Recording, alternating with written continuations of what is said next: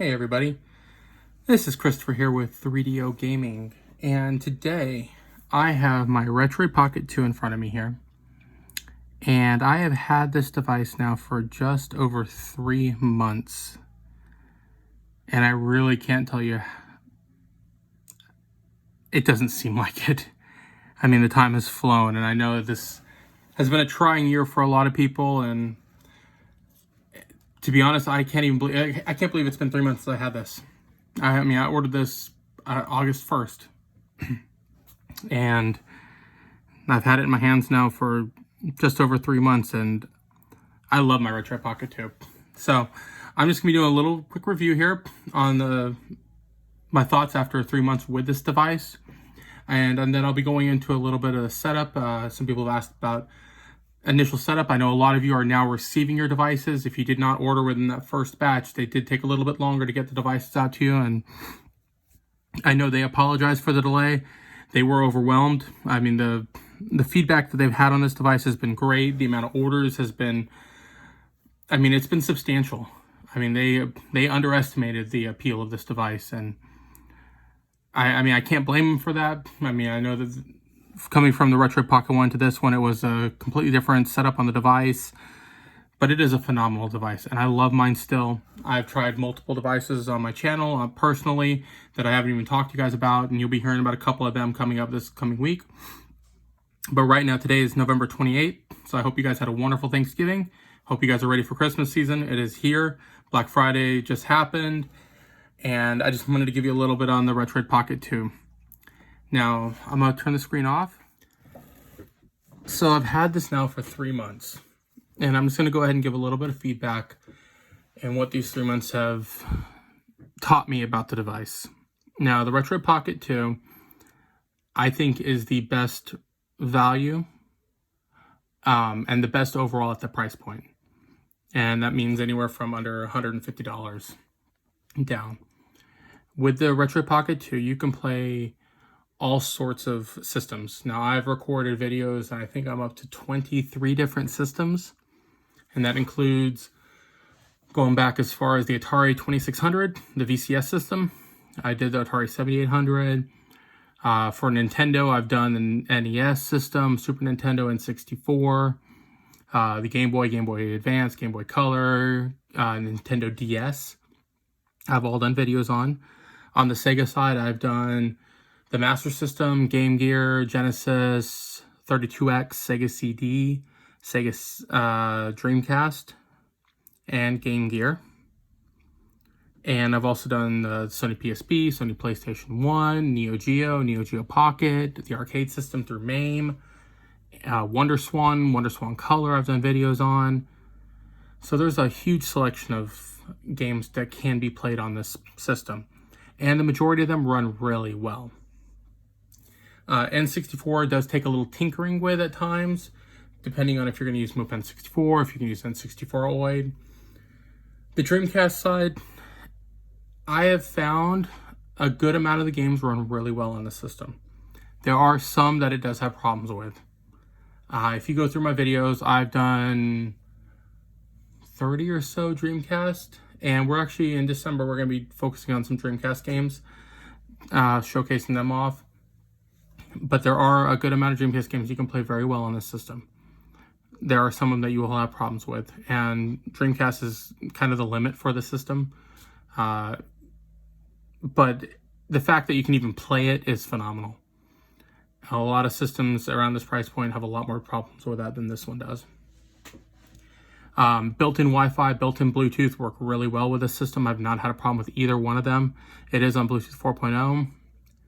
The system speed is very well done. Battery life, it has a 4,000 milliamp battery built in. I do not charge mine often. The battery life does last a long time. I usually a couple hours each day I play it, and I charge maybe every 3 days. So you get a good 4 to 6 hours of usage out of it. Charging times to recharge it's under 2 hours. I honestly have never really paid attention to it because it's usually fast enough where I don't even notice that it's still needing to be charged. But that being said, I do not usually let mine get down to 0. and I would recommend not doing that. Not go all the way down to 0 at least, but you also don't want to just continually charge for no reason. Memory card, I said I have a 256 gigabyte memory card in mine. The stated maximum is 128. 256 works fine for me. I have not tried larger than that, and to be honest, for the majority of people, I would not recommend going, even thinking about larger than that. You're just paying for excess space that you're probably not going to use. 120 gigabytes is a lot of space on there. Mine, I have the 256 on there, but I do have, between Sega CD, PlayStation 1, and Dreamcast, which will be your biggest storage hogs, maybe 100 games between them, if not a little more. So you can put a lot of games on this system, and it works fine. Design-wise, I do like the look of the device. I do have the orange one. I know it shows yellow in the picture. It is a darker color than it is in the picture. In the video, it looks a lot more yellow than it actually is. There are new colors that just came out for this device. They have the translucent series, the Fantastic series, they're calling it. And you get 6 different colors that have this semi-transparent casing on it. Take a look at them.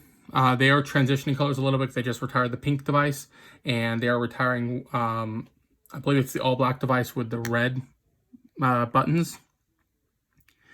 So if you do want one of those, do take a look now because they are going to be retiring it there. They said, I think, by the end of this month. But overall, I'm very happy with this device. I have not run into any serious problems at all with it. Not any real problems to even address after 3 months.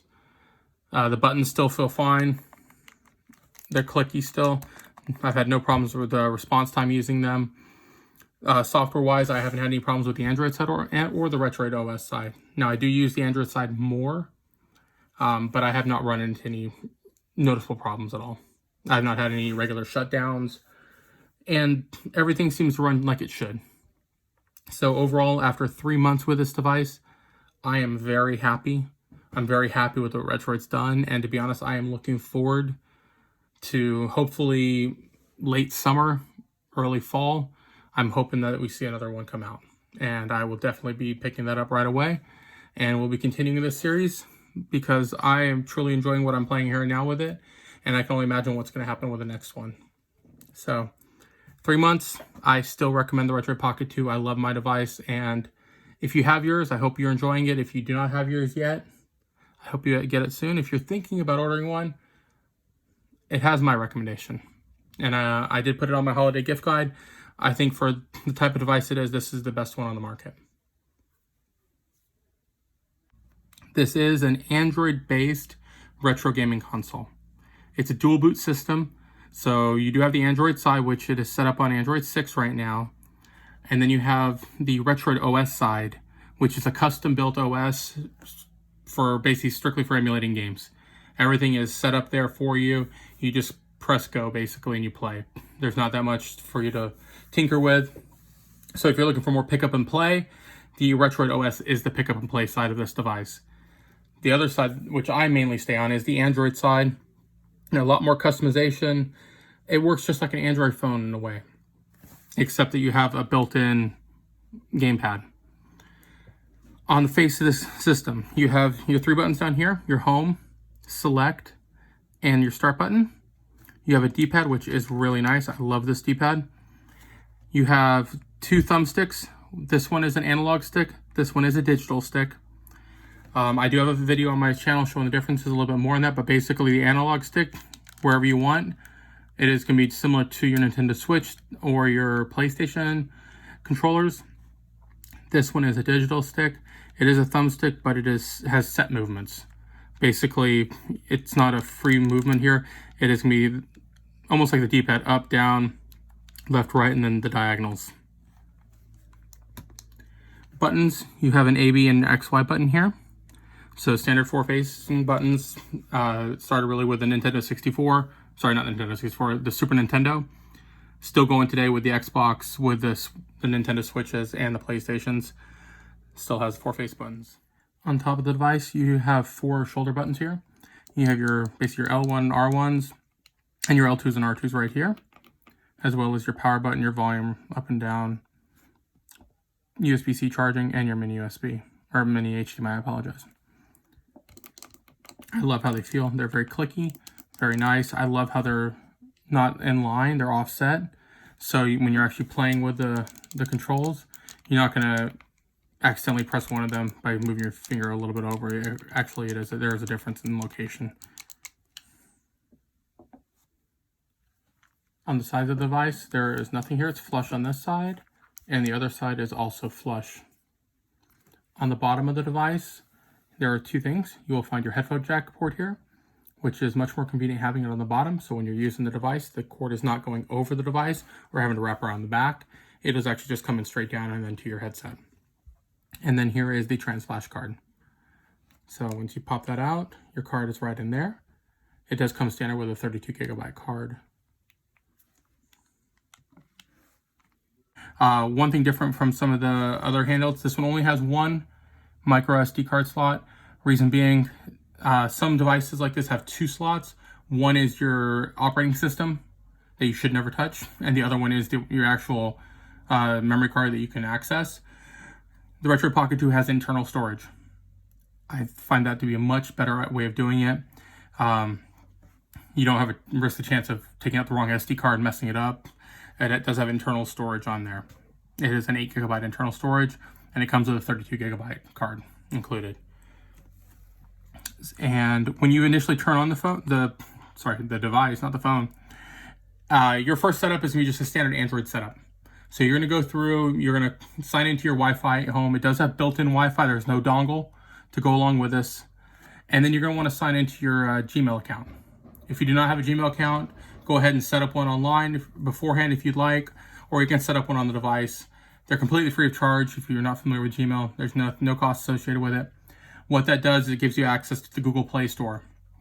And with the Google Play Store, you have access to thousands and thousands and millions of apps, which is one thing I really like about the Retroid Pocket 2. Some people may not like that you can customize it that much, but you can really make this device your own. You're not really set in using what's given to you here. You can use different emulators, and there's a couple that I'm actually going to recommend for you too that are not pre-installed if you want to access them. Before you ever turn the device on though, one thing I will recommend, if you are going to be upgrading your micro SD card, before you ever turn the device on, go ahead and take the SD card out. I've already upgraded mine, so this is not the one that would become included. The one that's included is a 32 gigabyte card. I have a 256 gigabyte card in there right now. If you're going to be upgrading your memory card and you already have the memory card with you, before you even turn the device on, just go ahead and pop it out, plug it into your computer, copy the information over to that new micro SD card, plug the new micro SD card in, and then go and set up the device. That was actually the first thing I did because I knew I was upgrading mine. I initially upgraded to 128 gigabyte, which is the stated maximum by Retroid. But as you saw, I am using a 256 gigabyte memory card right now. I'll put links in the description of the ones that I've used with this device and have worked well with it. I've used this one for a month and a half now, I guess, and I haven't had any problems at all with it. Let me turn the screen back on. So once you have the device set up, it'll be like a standard Android layout. There is no touchscreen on here. So if you ever do need to use like a touch feature, if you push and hold the home button, and then you can use the analog stick, you have a mouse cursor, and that basically acts like your finger. So that is your touch portion. So if I wanted to go into my apps to close apps, press A to select, and there you are. B is to back out. So on the Android side, it's pre-set up. A is to select, B is to back out. When you first install this or set up this device and put in your Wi-Fi passwords, your Gmail account, you're going to come to this screen. The background will be different, of course, because this is my custom background that I've added. The first thing you're going to actually want to set up is your Retroid app. This is the dual portion of the dual boot system and allows you to access all the games that are pre-installed and their game store that they actually have included. To set that up, go down to your menu. I'm going to go ahead and get rid of my cursor because I'm going to use these. You can use the D-pad to actually navigate it. You're going to go down here to Toolbox. Right there. Select Toolbox. And on the bottom here, it says Install Retroid Pocket App. You're going to want to click that button. That's actually going to install that Retroid app that you saw here on my home screen. Right there. And that'll give you access to all their pre-installed games, their game store if you want to download it. And if you just want to set up a plug-and-play version of this device, after you install that, click on this Retroid app, that icon that pops up, and you'll be in the program. You can run all your games from there. I'll put links to videos so you can see how those run if you want to take a little more look at that. I'm not going to go into all of it this time. This is merely a setup portion here.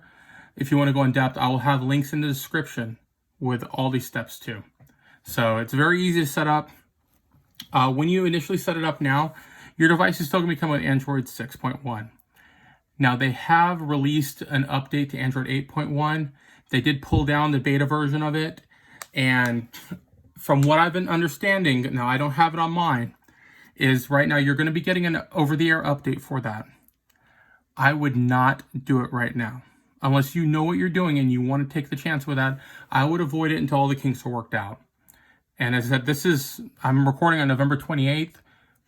If you're watching this in February of 2021, it may be a completely different story then.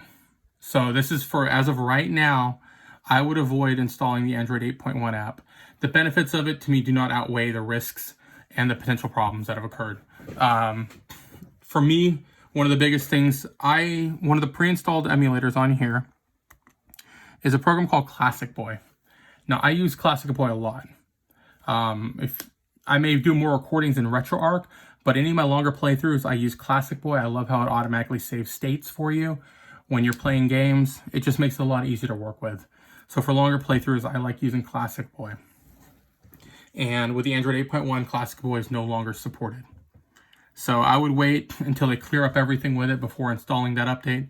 So as of now, I would not recommend installing the Android 8.1 update. With this device, now there are some pre-installed emulators on here, and I'm going to go through them really quick for you.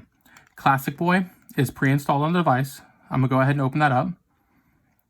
And I really like the Classic Boy emulator. Now, it uses N64, it uses the Mupen 64 Plus. Sony PlayStation 1, it plays the PCSX 3-arm plugin, which is what I use when I play mine. But I usually do it through RetroArch. But it's the same plugin here in Classic Boy, so you can use it here. The only reason I don't use it here mainly is I actually have more playthroughs I'm going through right now on PlayStation 1, so I don't want to mess up my save states. Game Boy Advance, Game Boy Color is available here, NES, Sega, which is the Genesis, the Sega CD, and the Master System, Neo Geo plugin.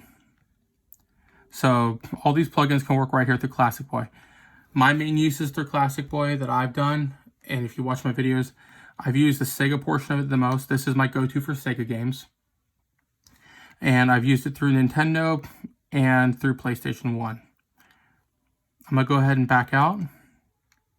And if you go down further, on this, I'm going to show you the pre-installed ones first. Mupen 64 and N64 are pre-installed. Both of them work well. Some people like one over the other. Mupen 64 is a little cleaner looking. And I'm going to let you look at that really quick.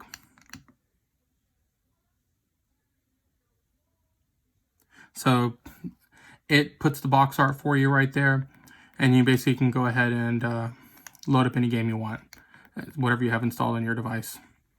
Now, thankfully, I actually own nearly a full set, physically, of Nintendo 64 games. So I do have most of the N64 games available on my device as well. Now, when you click on Bomberman 64, for example, you can go ahead and hit start there. There's settings. If you want to remove it for some reason, you can. When you play the game with Mupen 64, it's really simple setup.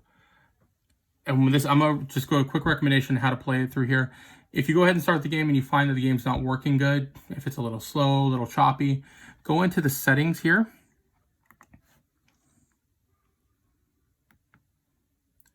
And as soon as it loads up, there we go.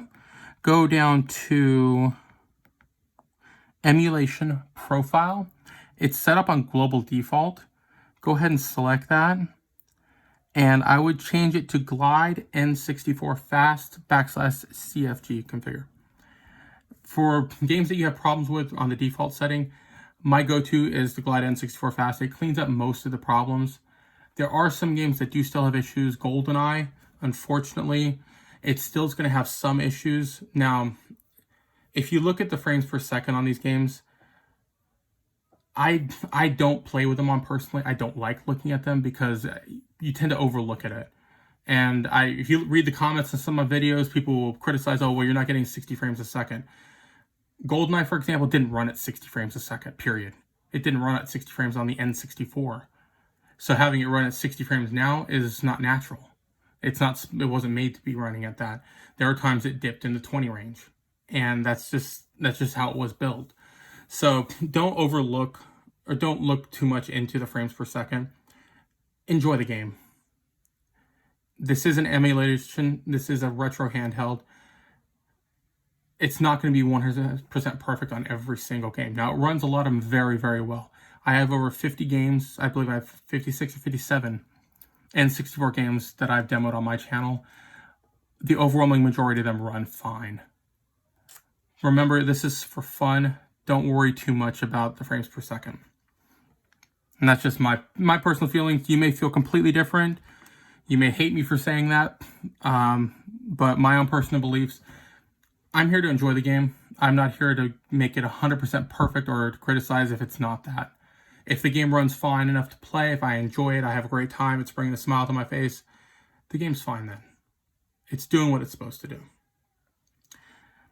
Now, N64oid, I'm going to go ahead and open that up. A little bit different. It's not as flashy as Mopen64.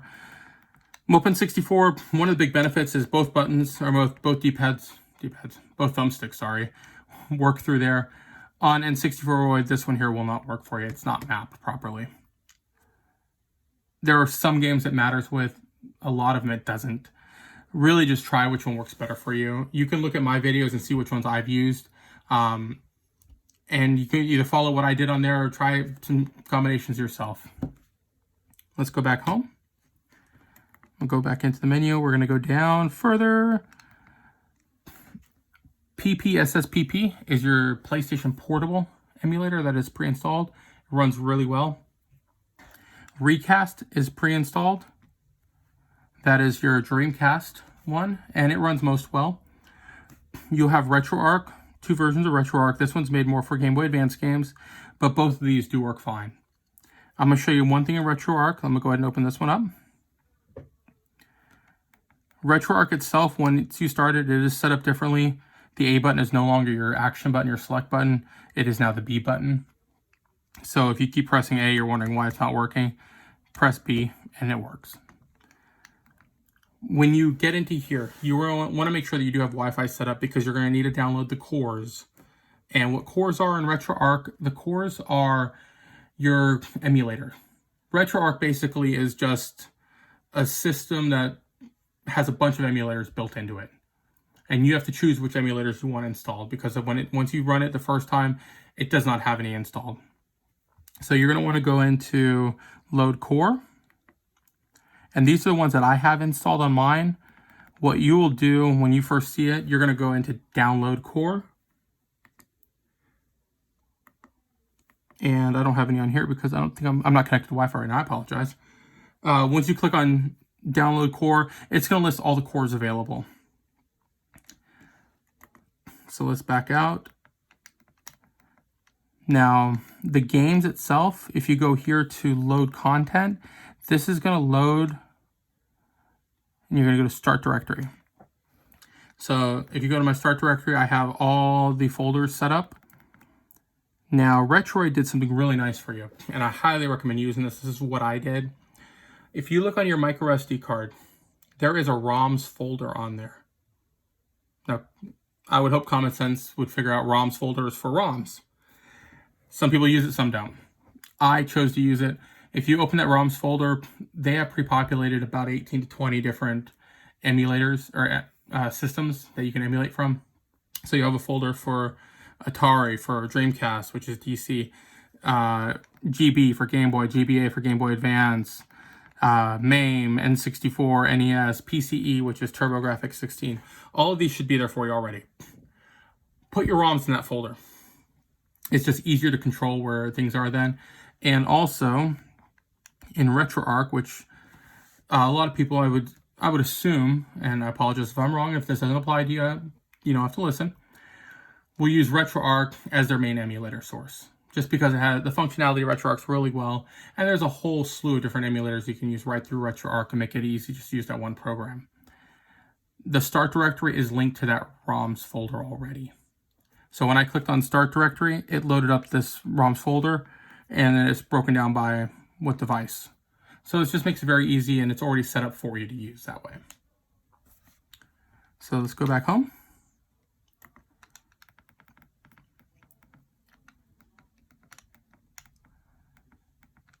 Steam Link is pre-installed on here too. If you do use Steam on your computer, you can actually link this up with your PC. And as long as your PC is connected to the internet, you can actually play your Steam games right on here. Now, not all of them will work perfectly because a lot of Steam games they're PC-based games. So some of them may not work with the gamepad set up here. Some of them may need to use a Bluetooth gamepad to make it fully compatible.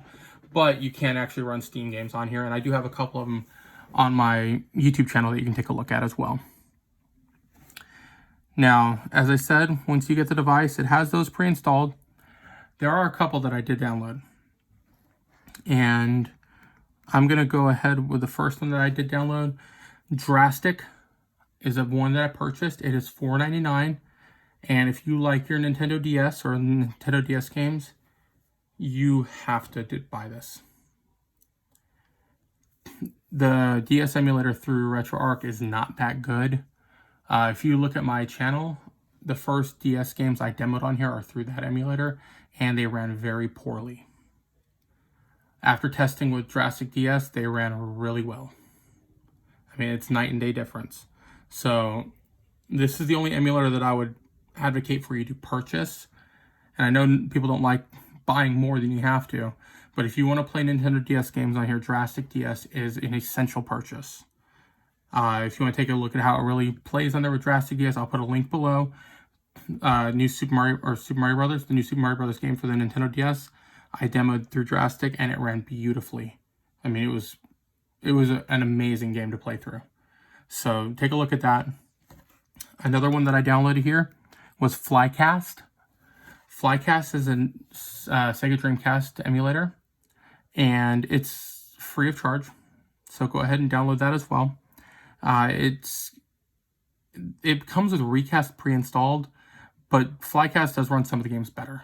So install it, try them out. If something doesn't work in Recast for you, go ahead and try loading it up in Flycast or vice versa. A third emulator that I downloaded, which isn't necessary, but I did it for easy use, SNES 9X EX Plus. I downloaded. It is free from the Google Play Store.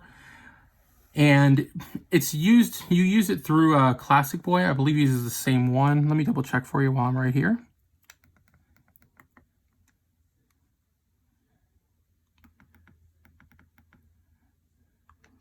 Where's Super Nintendo? Did I pass it? Oh, it doesn't have, no, never mind, I apologize. Maybe it's RetroArch that does. I downloaded SNES 9X EX Plus. I was familiar with it before, but it's just easy to access. I demoed a lot of Super Nintendo games on here for you. And the Super Nintendo games, just the control pad being as 4 buttons, it just corresponds easier with the device. So I downloaded that just for ease of use. Now you can do it perfectly fine through RetroArch if you don't want to download this. And I said it's free of charge, so if you want to try it out, you can. If you don't have to. But I'll show you what it looks like real quick. If you load it up, it looks like that. Click Load Game, and there's the game set. Now, Android games. You do have access to the Google Play Store on the Retroid Pocket 2. You can download like Badland, which I did a video on, which ran perfect. There are a bunch of games you can try. If you want, go through the Google Play Store, take a look at it, see what you like, and you can try them out. That's one of the beautiful things about the Retroid Pocket 2. It does have that access to the Play Store, which a lot of these retro handhelds do not.